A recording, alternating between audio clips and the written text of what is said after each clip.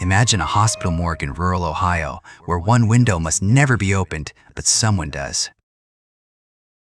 A scream echoes through the night and a shadow moves where no one should be. Stay tuned for a true horror story that'll haunt your dreams. Hey spooky friends, how's everyone doing out there? Hope you're ready for a terrifying tale. Huge thanks for watching our videos and leaving those chilling comments. You're the heartbeat of our haunted community. To keep these creepy stories coming, we need your support. Smash that like button. It's like a ghost's whisper to our channel. Willow Creek County Hospital, a crumbling relic from the 1940s, sits on the outskirts of a quiet Ohio town. Its faded yellow walls and sagging porches hide a dark secret in its morgue, a small, isolated room at the back. The morgue has 4 windows, 3 normal and 1. The 4th always locked, never to be touched. Dr. Emily Carter, 32, a newly appointed forensic specialist, arrived at Willow Creek Hospital. Confident and determined, she was trained in textbooks, not real corpses, until now. Her first assignment, the morgue. A chill ran through her, though she hid it well. She met Ray, the morgue assistant of 30 years, his face etched with grim warnings. His hunched frame and deep eyes carried the weight of decades of secrets. Everything in the morgue ran by his rules. Then there was Jake, the ward boy, careless, quick, and a little too eager. Popular with the nurses, his light-hearted demeanor sometimes broke protocol. The hospital was overseen by Dean Harris, a strict administrator in his 60s. Tough but sensitive, he believed some things defied logic. Night shifts were handled by Nurse Sarah, sharp and vigilant, but uneasy near the morgue. She'd seen strange things, but never spoke of them openly. Emily thought the morgue was just a job: examine bodies, write reports, go home. But her first step inside changed everything. Ray stopped her at the door, opened the other 3 windows, but never touched the 4th. Why? Is there a ghost or something? Emily laughed. People laugh at first, then they leave quietly. Emily brushed it off, but this was the start of a nightmare she couldn't escape. 6 years ago, another doctor worked here, Dr. Michael Reed, a brilliant skeptic. One night, he opened the 4th window to smoke a cigarette.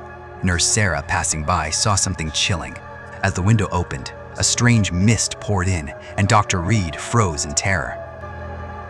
His face was pale, eyes locked on something invisible. Sarah left briefly, but when she returned, Dr. Reed was trembling, drenched in sweat, staring at the window. After that night, he never spoke of it but changed completely. He requested a transfer, but 2 weeks before it was approved, his body was found under the 4th window. No wounds, but his face was frozen in terror, eyes wide open. Sarah later told Dean Harris everything. 2 weeks ago, I saw Dr. Reed open the 4th window to smoke.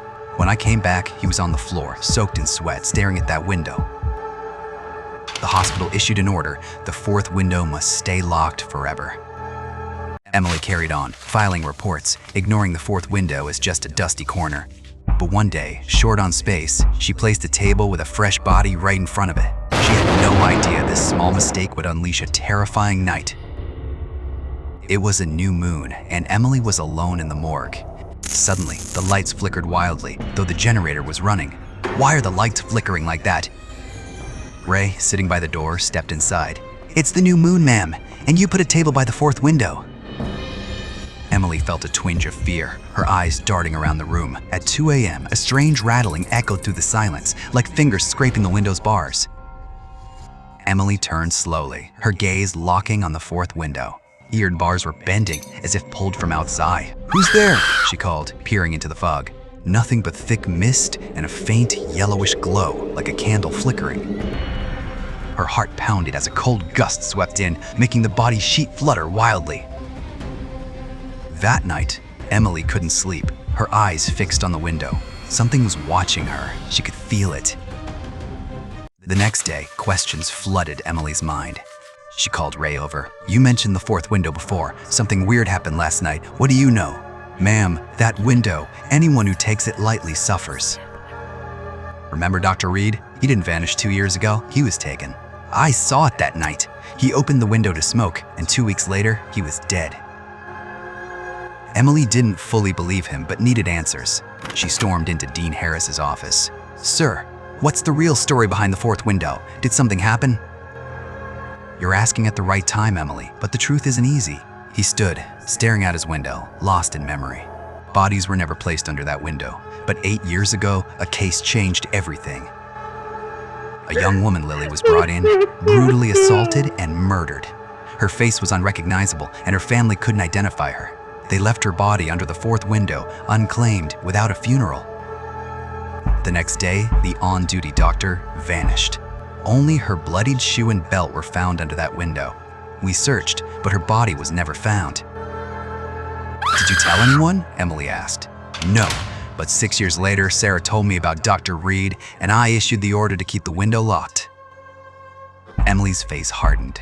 The window wasn't just brick and mortar, it was a gateway to pain. Jake, the ward boy, didn't know the window's full story.